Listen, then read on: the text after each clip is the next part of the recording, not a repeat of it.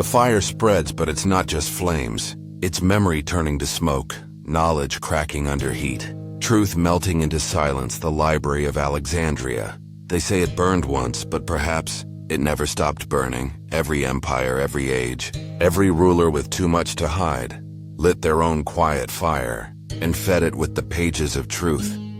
Some say we lost wisdom, but maybe we lost permission. Papyrus turns to ash. Scribes run their fingers over half-burnt words, the air heavy with guilt and ink, each spark a question. What if knowledge was never meant to be free? What if the greatest lie was that knowledge could ever belong to everyone? Cut to. Modern lights flicker. Servers hum like sacred temples. Digital libraries glow in sterile silence. The same promise, a different altar. We think we are the age of information, but we are the age of curation. Some truths are not erased. They are hidden beneath edits, translations, and 1,000 versions of the same lie. The narrator whispers, "The library didn't die in flames, it adapted and learned how to hide in plain sight." Fade to black. The title appears slowly. The Library That Lied. Hidden Truths of Ancient Knowledge. Deep in the marble halls of forgotten empires, they called themselves guardians. Not of people, but of knowledge. Men draped in linen and gold, their eyes reflecting both wisdom and fear, scrolls stacked like silent soldiers, each one a weapon, each one a secret. The library, not just a building, but a kingdom of words, a place where knowledge was currency and silence was law. Scribes with trembling hands, inking symbols they barely understood. Priests watching from the shadows, deciding what the world was allowed to remember and what it must forget, because truth in the wrong hands was chaos and order was the illusion they sold. The kings thought they ruled, but it was the librarians, the philosophers, the silent scribes, who decided the fate of memory, rewriting, erasing, and sealing history behind clay tablets and wax seals. A scholar asks, "What is knowledge without freedom?" An old voice replies, "It is control." And control is the purest form of power. Candles flicker. Light dances across a scroll titled "The Origins of Man." A priest smiles and quietly rolls it shut. His lips murmur, "Not yet," and so civilizations rise, believing they are guided by truth when in reality, they are walking through stories carefully rewritten, inked with bias, sealed with fear. As centuries pass, languages die, scripts evolve, truth becomes tradition, and lies become sacred.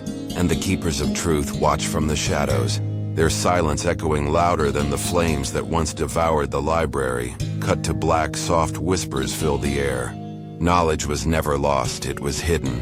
Ink drips, like blood on parchment, each stroke, a deception carved in silence. Each letter, a weapon masked as wisdom deep inside stone chambers. Men in robes bend over fragile scrolls, their faces half hidden beneath candle smoke, rewriting the words of gods and calling it preservation. These were not scribes. They were sculptors of time, architects of illusion, forgers of history, painting the past with whatever color the powerful desired. A single alteration, a word changed, a name erased, and an empire's truth bends. The present begins to forget, and the past becomes obedient. They learned early that truth doesn't have to die. It only needs to be edited. A lost king becomes a villain, a rebel becomes a saint, and myths become memories. Because people remember stories, not facts. In a dim corner, a young scribe hesitates. His quill hovers above the word freedom. A trembling voice behind him whispers, "Write loyalty instead." He obeys, and history obeys him for centuries. Monks and scholars will guard these truths, proudly displaying manuscripts of lies, bound in leather and sealed with divine authority. And no one will question them, because the ink of the educated is more dangerous than the sword of the warrior. As empires fall and rise again, the forgeries remain undetected, unquestioned, immortal. But there's a whisper that grows from the few who see, the ones who dare to compare, the ones who realize that every version of the truth was written by someone with something to gain. The narrator's voice deepens. The world believes in what is written, not in what is true, and in that silence we understand. History is not the story of what happened. It is the story of what was allowed to be told. Cut to black, the sound of quills scratching. A line appears on the screen. They didn't destroy the truth. They rewrote it. They called it wisdom, but it was really control.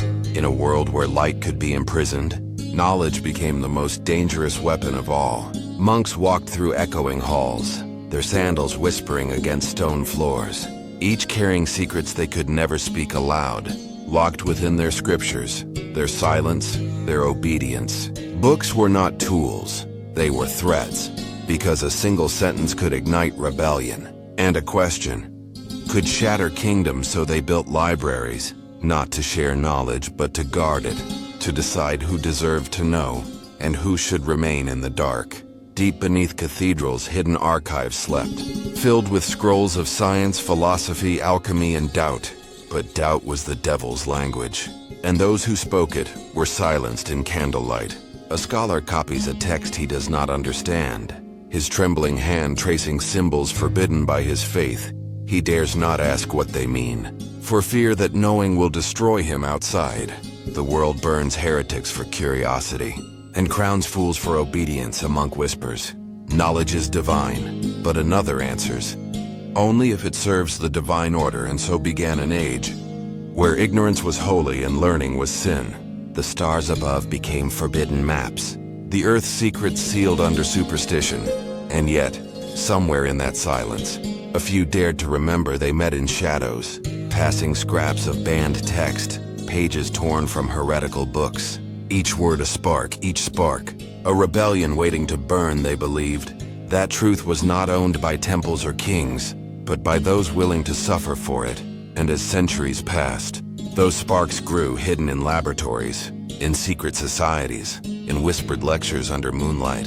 This was not just the age of forbidden knowledge. It was the womb of revolution, the seed of modern thought, and the echo of every thinker who ever asked, why? Cut to black, the faint sound of pages turning, then a whisper. When they said knowledge is power, they forgot to mention who holds the key. Fire. It doesn't just destroy, it purifies, it rewrites. The sound of parchment cracking in heat, the smell of burning ink. That's how civilizations forget. That's how truth dies. One book at a time, one page at a time, one silence at a time. In the heart of Alexandria, flames swallowed centuries, scrolls filled with dreams, discoveries and defiance, turning to ash under the watch of those who feared them. They said it was war. They said it was divine punishment. But it was control, disguised as chaos, because when you burn knowledge, you burn questions, and when questions disappear, obedience becomes easy. Emperors, priests, and conquerors all shared the same fear, that words could outlive them, that ideas could rebel, that a thought could undo an empire. So they waged war not on nations but on memory, and history itself became their battlefield. Monasteries sealed their archives, scribes erased heretical lines, philosophers vanished, their names scrubbed clean from the record, as if they had never existed. In China, the Qin emperor ordered all books burned, except those that praised him. In Europe, the Inquisition hunted scholars, their libraries looted, their works branded satanic. And in the New World, conquistadors burned the Mayan codices, entire civilizations reduced to smoke. Each flame was a lesson, that truth is fragile, that ignorance can be manufactured. And yet the fire never killed knowledge. It only forced it to hide beneath the ashes. Scribes copied fragments by candlelight. Scientists spoke in code. Philosophers disguised truth as poetry.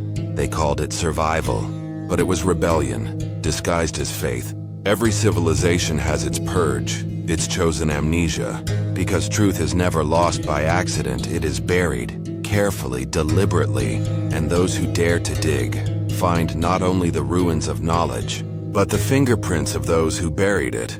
The flames that burned the Library of Alexandria are the same that burned Galileo's books, and today they glow behind digital screens, in algorithms that decide what you can see and what must be forgotten. Truth was never destroyed.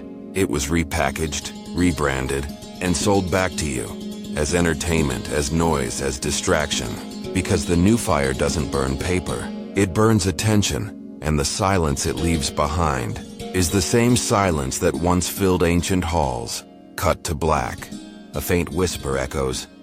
History repeats not because we forget, but because someone makes sure we do. Not every lie is spoken. Some are written, some are archived, some are carved into marble. The fire may have ended, but the silence continued, and those who survived the purge became the guardians of what remained. They called themselves scholars, historians, priests of wisdom, but in truth, they were gatekeepers of memory. Every kingdom had them, those who decided what counted as truth and what deserved oblivion. Their ink was more powerful than any sword, because they didn't rewrite the past. They rebuilt it in monasteries across Europe. Monks sat hunched over candlelight, translating ancient scrolls, but not faithfully, carefully, strategically, changing words that challenged doctrine, removing lines that questioned authority. A single erased sentence could change centuries. A single forged manuscript could rewrite belief, and soon, history itself became a script, performed for power in the Vatican's secret vaults. Knowledge was locked behind iron doors, texts that spoke of forgotten gods, lost sciences, forbidden philosophies, hidden from the world, not to protect truth, but to protect control. Meanwhile, in the Islamic Golden Age, scholars preserved Greek wisdom, but even they chose which ideas to keep and which to silence, because every truth carried danger, and every danger carried truth. The world was now divided between those who knew and those who believed. The educated elite controlled the narrative. The common man inherited the illusion. Manuscripts became tools of propaganda. History books became mirrors reflecting power. And the past turned into a weapon, because if you control what people remember, you control what they think. And if you control what they think, you control who they become. The keepers of the lie wore many faces: priests, politicians, poets. But their mission was the same: to make the unreal seem sacred, and the real seem impossible. They learned that truth doesn't need to be destroyed, only drowned beneath layers of myth, ritual, and repetition. And slowly, humanity forgot not only its knowledge, but its curiosity, its hunger for questioning. The same minds that once mapped stars now debated angels. The same hands that built pyramids now built prisons of faith century after century. Truth became a performance, a mask, an illusion so perfect that even its creators began to believe it. But somewhere in dusty rooms under flickering candles, there were always a few scribes, thinkers, rebels, who copied forbidden texts, who hid fragments of truth inside stories, who whispered secrets in the margins. They were the defectors of deception, the silent insurgents of history. Their names forgotten, but their defiance survived. Because lies can rule empires, but they cannot erase curiosity. And so, every secret vault, every forbidden book, every erased line became not an end, but a beginning, a buried seed, waiting for another age, another mind, another rebellion, cut to black. A voice echoes softly. Truth doesn't die in the fire. It dies when the last man who remembers stops whispering. They called it the rebirth. A new dawn after centuries of silence. The world opened its eyes again, but what it saw was not truth, only the reflection of what truth had been allowed to become. Books returned.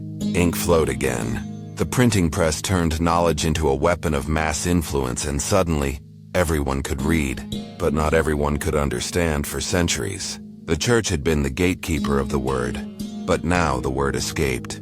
Through the cracks of Gutenberg's machine, man discovered old gods again, old ideas, old questions, and the rulers of the new world panicked, because when people read too much, they stop obeying.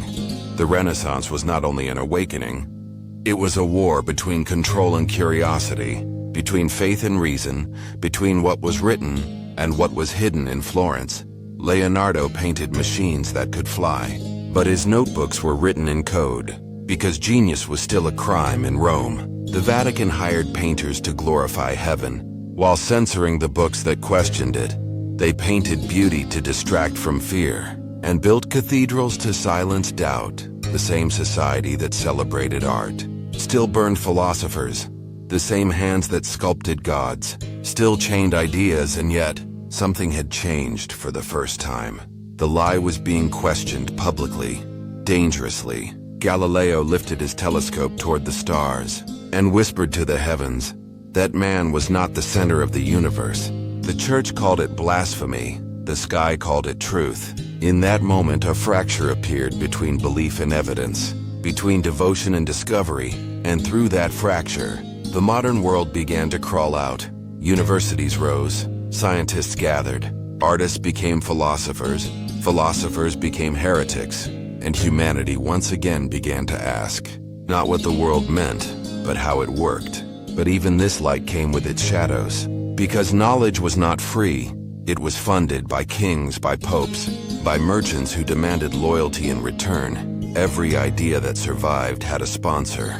Every truth that spread had permission, and so the illusion remained, only more elegant, more intelligent, more refined.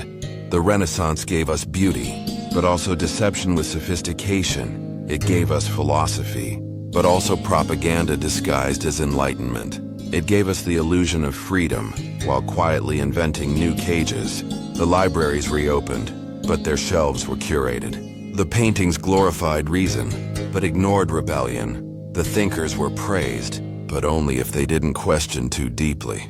And still, hidden in manuscripts, locked in drawers, buried in catacombs, there were notes, drawings, letters that spoke of knowledge too dangerous to share. Alchemy turned into chemistry, astrology into astronomy, mysticism into science. But the hunger remained the same. The hunger for control, for eternity, for the godlike ability to shape reality. And so the torch passed, from priests to scholars, from faith to reason. But the purpose never changed, to rule the mind of man. Because whether you pray to gods or to logic, you still kneel, you still believe, you still follow. The Renaissance was not the end of darkness. It was its transformation. The shadows learned to wear light. The illusion learned to sound like reason. And humanity, so proud of its awakening, didn't notice that it was still dreaming. Cut to the glowing pages of a book, a voice whispers. Every rebirth carries the memory of its last death, and every light casts a shadow. They said the age of magic had ended, but they were wrong. It simply learned to wear a lab coat. The alchemists no longer mixed metals. They mixed data, ideas, beliefs, transforming ignorance into obedience and calling it progress. In the smoky halls of the 17th century, new temples rose, not made of marble but of reason, and men gathered there, not to pray but to publish, to prove, to profit. The dream of turning lead into gold had not died. It had evolved now. They turned information into empire, and faith into funding. The early scientists, the philosophers of reason, still carried the alchemists' hunger, the same restless desire to decode creation, to own it, to shape it, to control it. In candlelit laboratories, they experimented with fire, with air, with life itself. And behind their discoveries, there were always patrons, the powerful who wanted results, not truth. In London, a man named Isaac Newton stared into the void, his brilliance unmatched, his obsession unbearable. He studied gravity by day and alchemy by night, seeking not just laws of motion, but the key to God's blueprint. Newton was no ordinary scientist. He was the last of the magicians, the bridge between mysticism and mathematics. And through him, the world learned a dangerous lesson, that truth could be measured, and what could be measured could be owned as centuries turned. The laboratories grew, and the empires followed. Men discovered gunpowder, electricity, vaccines, and with each discovery came control, a new form of dominance disguised as enlightenment. The priests once claimed to save souls. The scientists now claim to save humanity. But behind both promises was the same hunger, the same thirst for immortality. Alchemy had returned, not in flasks and furnaces, but in patents and propaganda, in the laboratories of kings. And later, in the corporations of nations, knowledge became a weapon, and those who held it became gods once more. Philosophers became consultants, mystics became academics, and truth was now peer-reviewed, edited, and funded. The world began to believe in progress, as if it were salvation. People knelt not in churches but in classrooms. They prayed not to saints but to systems. And the new alchemists smiled. They had done it. They had turned belief into science, science into structure, and structure into obedience. Behind closed doors and quiet meetings, new forms of control were born. Experiments, theories, inventions that could save lives or end them, depending on who paid. From mercury potions to chemical weapons, from elixirs of immortality to genetic code, the pursuit was always the same. Not truth, not knowledge, but power. And when power grows too large, it stops asking questions and starts creating answers. The new alchemists learned the art of narrative, how to dress manipulation in the costume of discovery, how to sell fear, then sell the cure, how to break, then build, then own in smoky lecture halls. They spoke of ethics, but outside they wrote patents. They built industries around ignorance and called it education. As the centuries rolled on, the robes of the priest, the cloak of the philosopher, and the coat of the scientist all merged into one. The pursuit of truth had become a hierarchy, and at the top were the men who decided what truth was, and at the bottom were the ones who simply believed it. The new alchemists no longer promised eternal life. They promised eternal growth, eternal innovation, eternal dependence. The philosopher's stone was finally found. It was not gold, it was control, and through that control, they discovered the greatest secret of all. If you can define truth, you can erase it. And if you can erase it, you can sell it again. Cut to darkness. A faint glow flickers over a stack of scientific papers. A voice whispers, "The age of miracles never ended. It simply learned how to invoice."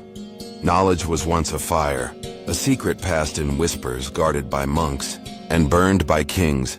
But in time, that fire was caged, bound in ink, pressed into pages, stacked in cathedrals of thought. The printing press, a machine of liberation, became a machine of control. For those who owned the ink, soon owned the truth. The empire of knowledge had begun, and its first conquest was the mind. Universities rose like fortresses, built of stone but powered by belief. Each hall echoing with the sound of ambition, of obedience disguised as wisdom. Professors replaced priests, textbooks replaced Bibles, and dogma wore the mask of logic. The student became the new believer, memorizing, reciting, never questioning. What was once taught as mystery was now rewritten as fact, and what could not be explained was erased. In the marble corridors of Oxford, Paris, Bologna, the ancient knowledge of the East, the mysteries of Egypt, the lost sciences of Babylon, were filtered, translated, reshaped, until only fragments remained. Truth was not lost. It was edited, it was repackaged, and sold back to the world. The libraries grew vast, their shelves heavy with illusion, every book claiming to be a window, but most were mirrors, reflecting the same perspective again and again. Those who questioned were exiled, those who obeyed were rewarded, and the empire of knowledge grew stronger, quietly, systematically, until it became invisible. For control is most perfect when no one can see it. In the candlelit scriptoriums of Europe, monks once forged relics, now scholars forged citations, and the pattern continued, generation after generation. One truth rewritten into another, one story erased to make room for a new one, until no one remembered who wrote the first word. And behind this empire stood its architects, men who understood that power was no longer held in armies but in archives.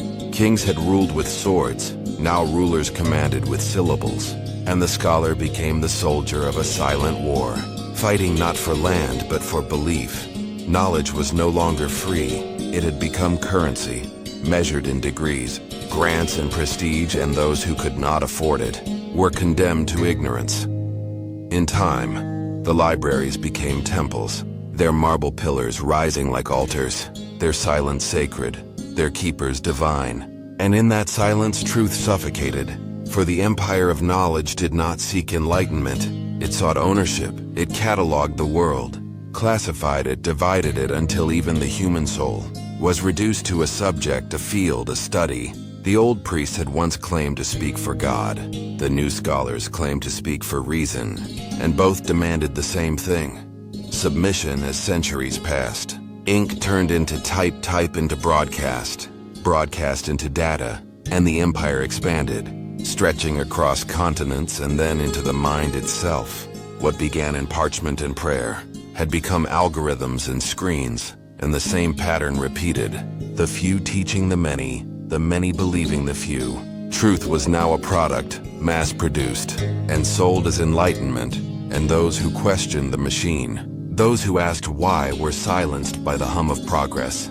The empire had learned well how to build loyalty, how to replace wonder with certainty, how to make ignorance feel intelligent and control look like education. And in the quiet of those endless libraries, among the dust and the echoes, one truth remains: the empire of knowledge was never about learning.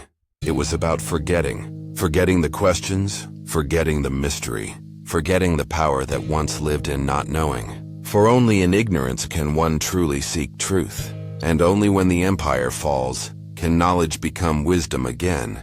Fade to black, sound of turning pages slows, a whisper echoes. They taught us everything, except how to think.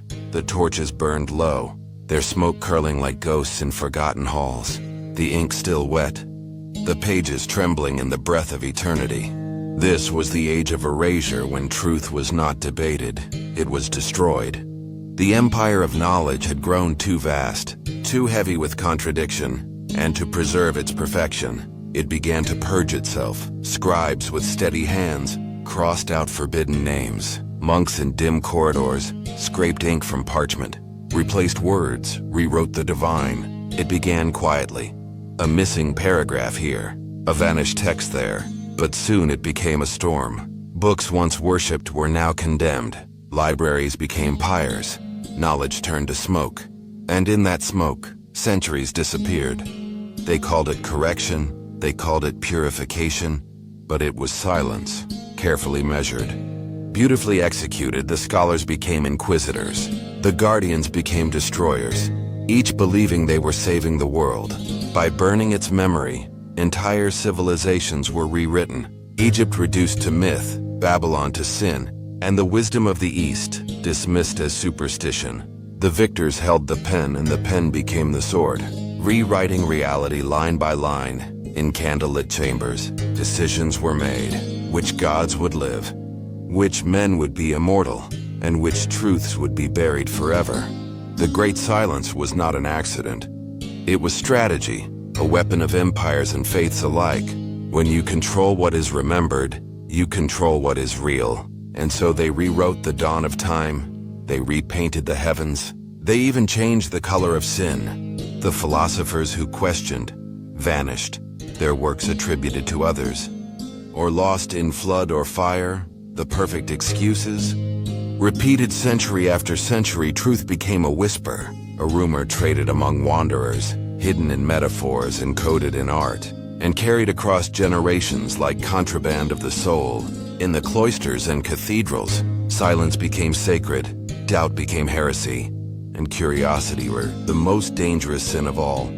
They taught obedience in the language of virtue, and fear in the disguise of faith, and slowly, the world forgot it had ever known otherwise. You could walk through the grandest library and never find a single question left alive. And when silence became complete, the people called it peace. But it was not peace. It was absence. Absence of memory. Absence of rebellion. Absence of truth in the firelight. A monk hesitated, his quill trembling above forbidden words. A name erased for the last time, and as he scraped it away, a century of meaning vanished beneath his blade. He whispered, "For God," but the echo replied, "For power." The Great Silence was perfect, for it did not need walls. It needed only belief. Belief that history was complete, that the past was settled, that the story was told. But history is never told. It is told again.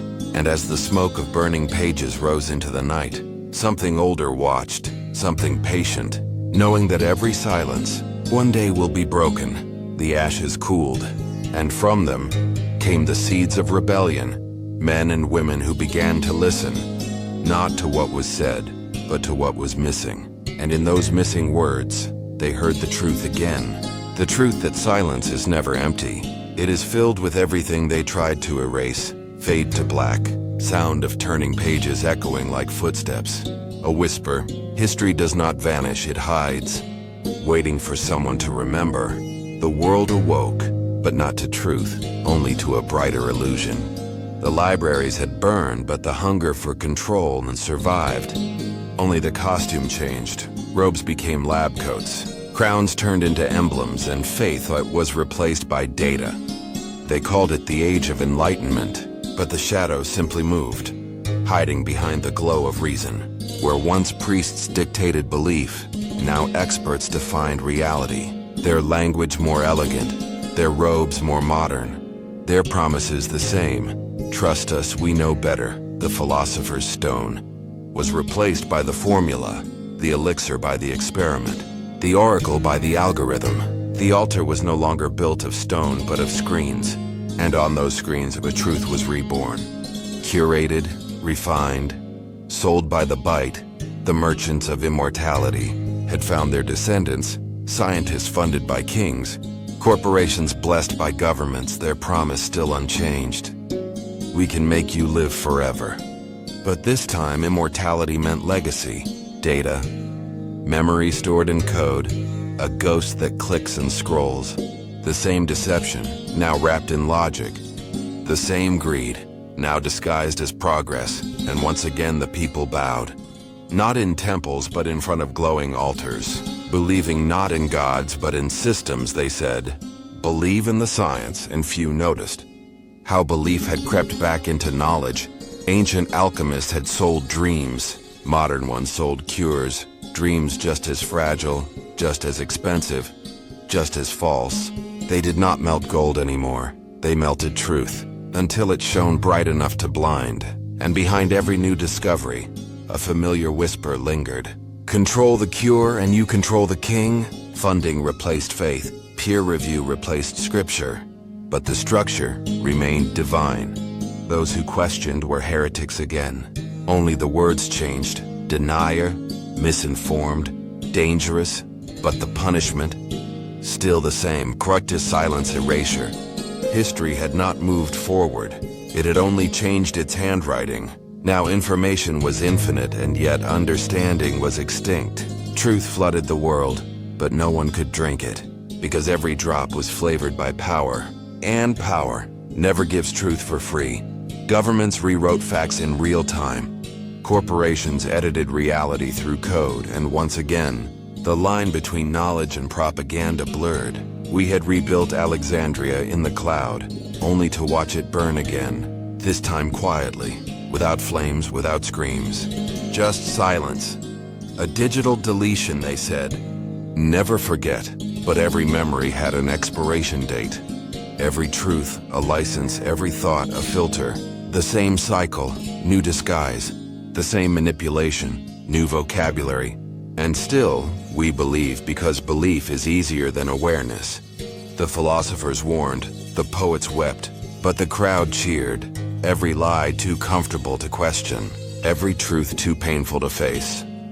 The rebirth of lies was perfect, because it needed no force, only convenience. A truth that fits in your pocket is easier to carry than one that burdens your soul. And so, the new prophets became influencers, the new oracles, analysts, the new temples, platforms, each promising clarity, delivering obedience but beneath the code, beneath the screens, beneath the illusion of progress. The same hunger whispered, the same deception breathed, because the lie had never died.